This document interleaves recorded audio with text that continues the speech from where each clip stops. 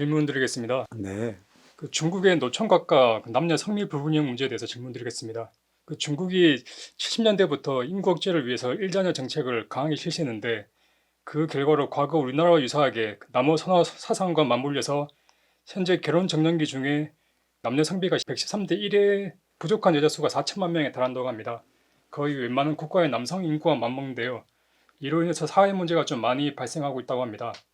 과거 우리나라는 국제 결혼 같은 걸로 일정 부분 해소라도 했는데 중국은 부족 숫자가 너무 크다 보니 대안도 없다고 하고 더 큰 문제는 이제 현재 인구 구조상 거의 30년 이상 이 문제가 지속될 것이라고 합니다. 그래서 이제 몸통 민족의 중국이 이런 성비 불균형 문제가 발생한 의미와 혹시 중국이 가질 수 있는 대안이 있는지 가르침 부탁드립니다.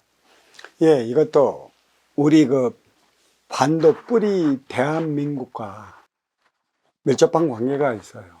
몸통의 눈 모델이 뿌리라 했습니다. 한류 열풍이 불어닥칠 당시만 해도 몸통은 뿌리의 것이라면 무조건 흡수해 나갔어요. 벤치마킹을 정확히 했죠.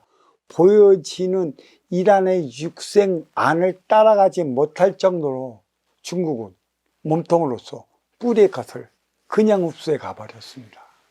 몸통의 눈 모델이 뿌리인 만큼 그럴 수밖에 없어요. 우리가 여자가 적어지는 만큼 몸통은 여자가 적어집니다. 왜? 인구의 성 비율이 비틀어졌다는 것은 이 지구의 인구는 이 70억이 넘어가면 포화 상태가 일어나요. 청기 원소 인기가 지기의 세포 인육을 쓰고 인간으로 살아간다. 청기는 최상의 기운을 얘기를 하는 거고 지기는 몸통의 기운을 얘기를 하는 것이며 이는 가지의 기운을 얘기를 시키고 있어요. 뿌리는 천의 기운이라 할 수 있는 것이고 지기는 백의 기운이라 할 수 있는 것이며 인기는 저마다의 각자의 기운으로서 열매를 맺는 곳이에요. 천은 천이고 지는 백이며 이는 일이라 천백일로 111의 차원의 성비율이 조여져 있어요. 그래서 이렇게 돌이켜보면 뿌리의 인구수는 하나의 남북으로 나뉘었지만 사실 7천만을 넘어가면 안 되는데 지금 뭐 얼마나 어떻게 됐는지 모르지만 7천만을 넘긴 지가 이미 오래됐습니다. 그리고 가지 몸통은 이에 준해 나가는 것이죠. 100일, 천의 기준의 비율에 따라 갖고 움직여지는 것이고 하나 되어 나가는 이 시대에 있어서 인구 비율이 정확히 맞아야 돼요.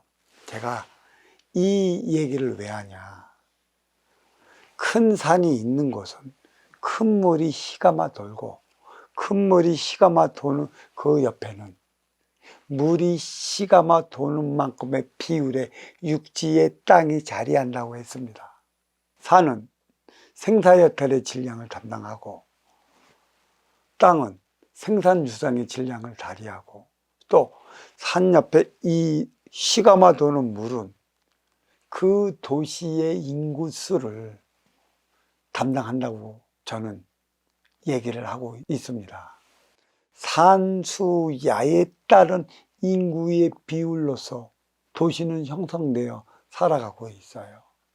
이 땅에 팔도에는 팔도의 영산이 자재하고 영산이 자리한 만큼의 도시군에 따른 명산도 자리하고 있는 것이죠. 그게 인구의 수를 가늠하고 있어요.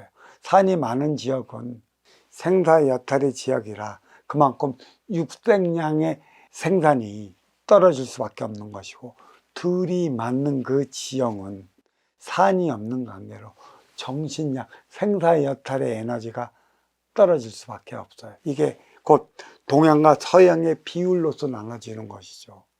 이 비율이 뿌리를 통해 몸통으로 올라가는 것이고 몸통을 통해 가지로 내려가는 것이에요.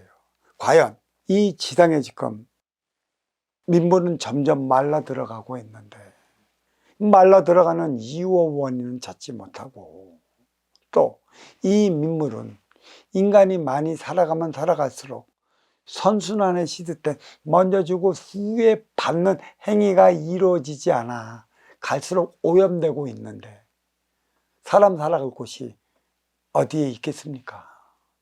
왜 사람이 살아가는데 자꾸 불리한 조건으로 대자연은 바뀌어가고 있을까요? 대자연이 바뀔까요? 인간이 바꿔 나갈까요? 인간이 바꿔 나간다는 얘기예요. 인간도 신이에요. 천라신, 지라신, 인이란 아니신.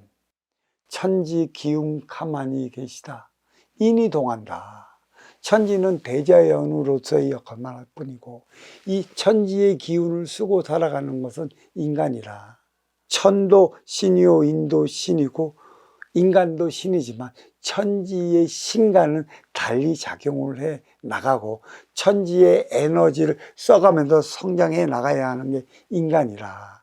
인간은 그만큼 곳곳에 사람이 살아갈 수 있는 그 방편을 마련해 주었어요. 거기에서 살아가는 게 그 자연 속에 더불어 살아가야 하는 게 인간인데 인간이 욕심을 부리면서 자연 속으로 들어가 자연을 훼손하고 말았다는 것이죠. 문제는 무엇이냐? 생사여타를 담당하는 산이 많은 이 지역에는 육성살이 공장을 세우지 말아야 해요. 들이 많은 지역에 육생살이 공단을 세워야 하는 것이고 산이 많은 지역에는 생사여타를 담당하기 때문에 그 정신력으로 하나 되어 나갈 수 있는 에너지원을 창출하는 것이고 신림을 줄 수 있는, 쉼을 줄 수 있는, 휴식을 줄 수 있는 자리로 만들어 나가야 하는데 인간의 욕심이 산을 그만큼 훼손했어요. 산을 훼손한 만큼의 저는 분명하게 얘기를 했죠. 바다도 훼손되어 나가는 것이라. 산과 바다가 훼손이 되고 이 들에는 육생사리 공단이 많은 만큼의 남과 북은 운용의 주체로서 자리하고 있다고 그랬어요. 사계의 변화가 없는. 그러니까 중심잡이 질량으로 딱 버텨줄 때만이 이 동서, 이 활동의 주체, 육생다리, 육생양은 변함없이 생성되어 일으키는 것인데 인간의 욕심으로 중심잡이 질량을 흐트러 버린 관계로 동서의 생장수장 질량이 이리로 어려워졌다는 것이에요. 인구는 이로 말미암아 한꺼번에 사람이 살 수 없게 되는 지역이 있고 사람이 살 수 있는 지역이 있어요. 과연 이게 대자연이 일으킨 변화인가 아니면 인간이 인간으로서의 잘못 살아 일으키는 변화인가를 잘 봐야 돼요. 인간이 일으키는 변화예요. 천지는 자식을 낳았고 자식은 천지하기 나름이라 바꿔나간다면 천지가 어떻게 하느냐에 따라 인간의 삶을 다 사는데 인간이 그에 따른 정신량 하나 되어 살아가는 에너지원을 공급하지 못하면 결국 천지를 망치게 되어 있어요. 이게 무슨 소리냐면 자식은 부모하기 나름에 따라 그 역량을 다하고 행위 현장 사회에서 자기 도리를 다하면서 살아가는데 그 다하게끔 인간이 살아가지 못하면 결국 부모는 자식의 기운에 눌러 사장되어 버리는 꼴이라는 것이죠. 대자연의 질서가 이리로 흔들리는 것이에요. 일단 우선은 선순환의 법도가 자리하려 한다면 곳곳에 인간의 그 수만큼 정해진 그러한 방편의 곳들이 있을 것이다. 거기에는 그만큼의 인구수가 필요한 거고 동해는 동해만큼, 서는 서만큼, 남해는 남만큼, 북에는 북만큼의 인구수가 필요한 것인데 지금은 차고 넘쳐나다 보니 그 수를 맞춰 나가기 위한 일련의 상황이 벌어지고 있다. 한 가지 더 말해. 인간의 생각적 차원의 욕심으로 육생 물질 문명만 세웠지 하나 되어 살아가는 정신량을 마련하지 못한 결과라.